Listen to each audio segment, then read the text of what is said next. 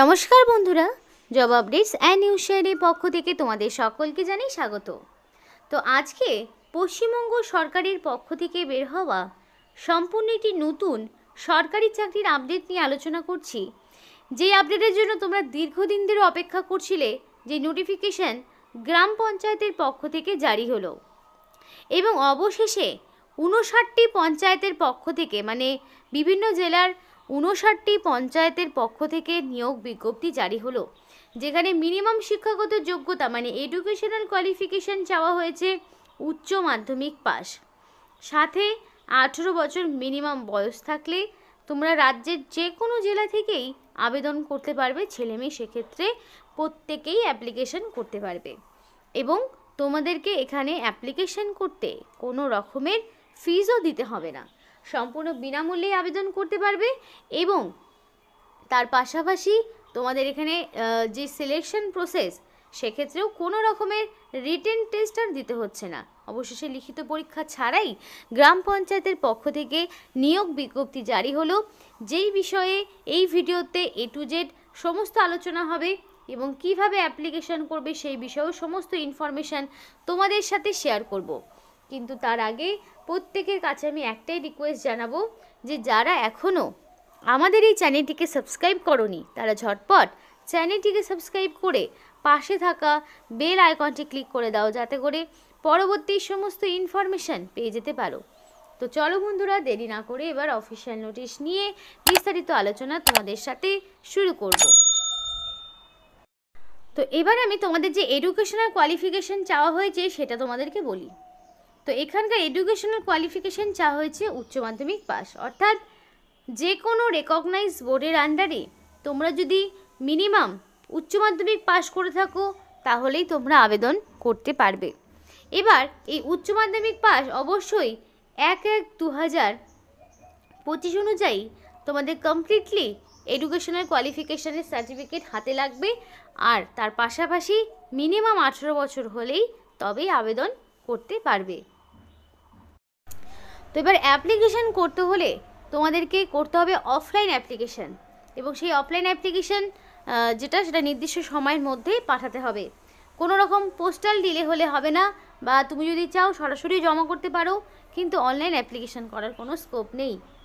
তো অ্যাপ্লিকেশন করার লাস্ট ডেটটা বলি। তো নোটিফিকেশান যবে বেরিয়েছে, নোটিফিকেশান বেরিয়েছে 17/2/2025 নোটিফিকেশান বেরিয়েছে। এবার তার থেকে 30 দিন হিসাব করবে, তো সেই অনুযায়ী তোমাদের অ্যাপ্লিকেশন তার মধ্যে সাবমিট করতে হবে। মোটামুটি তোমাদের মার্চের মোটামুটি 18-19 তারিখ পর্যন্ত অ্যাপ্লিকেশন করতে পারবে। তো 17/2/2025 থেকে 30 দিন হিসাব করবে, আর চেষ্টা করবে তার আগেই অ্যাপ্লিকেশন পাঠানোর। তো এটা হচ্ছে নোটিফিকেশান আউটের ডেট, যেটা তোমাদেরকে বললাম 17/2/2025 নোটিফিকেশানটি আউট হয়েছে। মানে বুঝতেই পারছো, সম্পূর্ণ নতুন একটি নোটিফিকেশান, একদম নতুন আপডেট তোমাদের প্রত্যেকের জন্য। তো এবার দেখো অ্যাপ্লিকেশন ফর্মটি কীভাবে পূরণ করতে হবে। তো অ্যাপ্লিকেশন ফর্ম পূরণের জন্য ফার্স্ট অফ অল তোমাদের লিখতে হবে ক্যান্ডিডেটদের নাম, অর্থাৎ প্রত্যেকটি ক্যান্ডিডেটদের নাম এখানে বসাতে হবে, এবং সেই নামটা অবশ্যই অ্যাকর্ডিং টু মাধ্যমিক পাশের সার্টিফিকেট অনুযায়ী এক্স্যাক্টলি তোমার যা নাম রয়েছে সেই নামই বসাতে হবে। Name of father and husband, অর্থাৎ তোমার গার্জেনের নাম হিসাবে তুমি চাইলে তোমার বাবার নাম, বিবাহিত মহিলা তার হাজব্যান্ডের নাম দিতে পারে। এবার একটা বিষয় বলে রাখি, যে তোমাদের এখানে যেহেতু ছেলে মেয়ে প্রত্যেকে আবেদন করতে পারবে, তেমনি অপরপক্ষে যারা ম্যারিড তারাও যেমন আবেদন করতে পারবে, যারা আনম্যারিড তারাও আবেদন করতে পারবে, সেক্ষেত্রে কোনো রকম সমস্যা নেই। তো সেই অনুযায়ী তাদের গার্জেনের নাম তাদেরকে বসাতে হবে। এবার address mentioning in the block, subdivision, district, pincode, telephone number, অর্থাৎ ফুল অ্যাড্রেস বসাতে হবে। তোমার যে নির্দিষ্ট অ্যাড্রেস রয়েছে সেটা বসাতে হবে, অর্থাৎ ফার্স্টেই থাকবে তোমার নিজস্ব গ্রামের নাম, তুমি কোন গ্রামের বাসিন্দা, সাথে তোমার পোস্ট অফিসের নাম, তারপরে তোমাদের পুলিশ স্টেশন, ডিস্ট্রিক্ট, পিনকোড, অর্থাৎ মানে প্রত্যেকটা সমস্ত ইনফরমেশান তোমাকে ইনপুট করতে হবে। পিনকোড তো অবশ্যই দেবে। টেলিফোন নাম্বার, দ্যাট মিনস তোমাদের মোবাইল নাম্বারটা বসিয়ে দিলেই হবে, কারণ কি সিলেকশন প্রসেসের অল ইনফরমেশান তুমি পাবে তোমার ফোন নাম্বারে। এবং অ্যাড্রেস প্রুফ হিসাবে তোমাকে আধার কার্ড বা তোমাদের রেশন কার্ড বা ভোটার আইডি অনুযায়ী তোমার যা অ্যাড্রেস রয়েছে সেইটাই তোমাকে বসাতে হবে। তো সেই অনুযায়ী তোমাকে সমস্ত রকম ইনফরমেশানগুলোকে দিতে হবে। এবার আর একটা বিষয় তোমাদেরকে বলতে চাই, এখানে অ্যাড্রেস প্রুফ হিসেবে যেটাই দেবে না কেন সেটা যদি সেলফ অ্যাটাস্টেড করে দিতে পারো।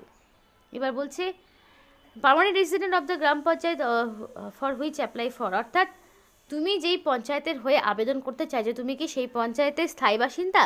কারণ এখানে যে সমস্ত পঞ্চায়েতের নাম ডিক্লেয়ার করা হয়েছে সেই পঞ্চায়েতের যদি তুমি স্থায়ী বাসিন্দা হয়ে থাকো তাহলে তুমি ইয়েস দেবে, যদি না হয়ে থাকো তাহলে নো দেবে। কারণ কি, হতেই পারে তুমি সেই পঞ্চায়েতের বাসিন্দা নাও, তুমি অন্য পঞ্চায়েত থেকে অ্যাপ্লিকেশন করছো, সেক্ষেত্রে তুমি সেই অপশন পাবে। এবার দেখো ডেট অফ বার্থ চাওয়া হয়েছে, তো অবশ্যই অ্যাকর্ডিং টু মাধ্যমিক পাশের সার্টিফিকেট অনুযায়ী তোমার যা ডেট অফ বার্থ রয়েছে সেইটাই তোমাকে বসাতে হবে।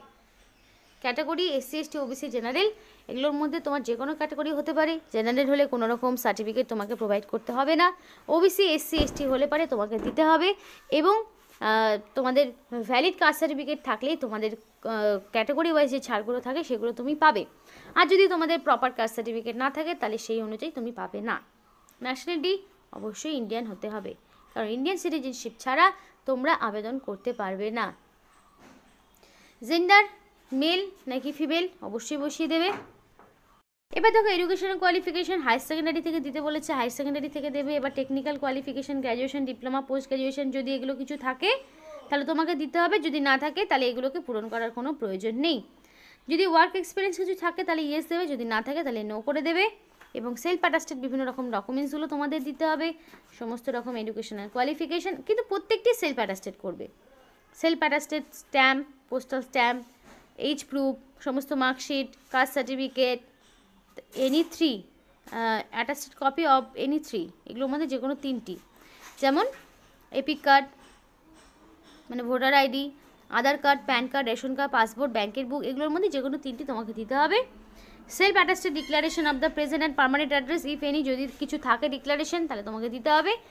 আর সমস্ত রকম সার্টিফিকেট সহ লাস্টে এখানে সিগনেচার করতে হবে, ডেটের জায়গায় ডেট, প্লেসের জায়গায় প্লেস দিয়ে এই তোমার অ্যাপ্লিকেশন ফর্মটিকে পূরণ করবে, এবং প্রত্যেকটি কপি সেলফ অ্যাটাস্টেড করবে, অর্থাৎ প্রত্যেকটি জেরক্সের নিচে তোমার রানিং হ্যান্ডরাইটিংয়ে ফুল সিগনেচার থাকবে, তবেই তোমার ডকুমেন্টসের ভ্যালিডিটি থাকবে। এবার এগুলোই তোমাকে আবার অরিজিনাল নিয়ে যেতে হবে, কারণ অরিজিনাল ডকুমেন্টসগুলো আবার ডকুমেন্ট ভেরিফিকেশনে কাজে লাগবে। তো এবার দেখো এখানে তোমাদের যেটা বলা হয়েছে, তোমাদের কোন কোন গ্রাম পঞ্চায়েত থেকে নোটিফিকেশান আউট হয়েছে সেগুলো একটু দেখে নাও।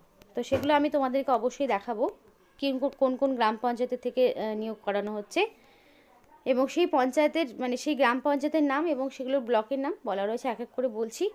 রামনগর রয়েছে যেখানে খাদুয়া বলে একটি ব্লকে নিয়োগ হচ্ছে, মহিষাদল যেটা নাথশাল 2, তারপরে হচ্ছে নন্দকুমার যেখানে তোমাদের রয়েছে ভাবাত হাট বলে একটি জায়গায়, তারপরে রয়েছে দেখো পটাশপুর যেখানে আমারশি বলে একটি জায়গায়, পটাশপুরে আরও একটি জায়গায় দেশপ্রাণ, তারপরে রয়েছে শহীদ মাতঙ্গিনী বলে একটি জায়গা, সুতাহাটা বলে একটি জায়গা কোনটাই রয়েছে, খেজুরি রয়েছে, এগরা রয়েছে, রামনগর রয়েছে, মহিষাদল, হলদিয়ার একটি জায়গায় রয়েছে, নন্দীগ্রাম 213 হিসাবে রয়েছে, তার আন্ডারে বিভিন্ন গ্রাম পঞ্চায়েত, মানে এখানে পঞ্চায়েত সমিতি সেই পঞ্চায়েতের নাম এবং তার আন্ডারে তোমার সেই সাবসেন্টারগুলো দেওয়া রয়েছে। এরপরে দেখো নন্দকুমারের আরও একটি জায়গা, নন্দকুমারের বিভিন্ন গ্রাম পঞ্চায়েত, নন্দকুমারের এখানে কুমারচক বলে একটি জায়গা, ময়না বলে একটি জায়গা, ময়নার বিভিন্ন এলাকাগুলো, ময়নার আন্ডারে থাকা বিভিন্ন গ্রাম পঞ্চায়েত, তমলুকে নিয়োগ হচ্ছে, তমলুকের আন্ডারে বিভিন্ন গ্রাম পঞ্চায়েত, তারপরে শহীদ মাতঙ্গিনী, পাঁশকুড়া 1-2 হিসাবে নিয়োগ হচ্ছে, পাঁশকুড়ার বিভিন্ন গ্রাম পঞ্চায়েত কোনটাই রয়েছে, ভগবানপুর রয়েছে, ভগবানপুর 1 হিসাবে বিভিন্ন মানে ভগবানপুরের আন্ডারে থাকা বিভিন্ন গ্রাম পঞ্চায়েত রয়েছে, চণ্ডীপুর বলে একটি জায়গা রয়েছে, চণ্ডীপুরের আন্ডারে বিভিন্ন গ্রাম পঞ্চায়েত, ভগবানপুরের আরও একটি জায়গা, আগ্রা রয়েছে, তারপরে তোমাদের মানে এগরা, পটাশপুরের আরও একটি জায়গা। তো এখানে প্রচুর তোমাদের দেখতে পাবে, প্রচুর রকমের নন্দীগ্রাম, খেজুরি বিভিন্ন গ্রাম পঞ্চায়েতের পক্ষ থেকে নিয়োগ হচ্ছে। তো এই সমস্ত গ্রাম পঞ্চায়েতের আন্ডারে যে নিয়োগ হচ্ছে, তো এই সমস্ত গ্রাম পঞ্চায়েতের আন্ডারে তোমরা পশ্চিমবঙ্গের যে কোনো গ্রাম পঞ্চায়েতের থেকে আবেদন করতে পারবে, সেটা রাজ্যের যে কোনো জেলা থেকে হতে পারে, সমস্ত জেলা থেকে আবেদন করতে পারবে। এবার এই সমস্ত গ্রাম পঞ্চায়েতের যে স্থায়ী বাসিন্দা তোমাকে হতে হবে তা নয়, তুমি চাইলে মোর দ্যান ওয়ান পোস্টের জন্য অ্যাপ্লিকেশন করতে পারো।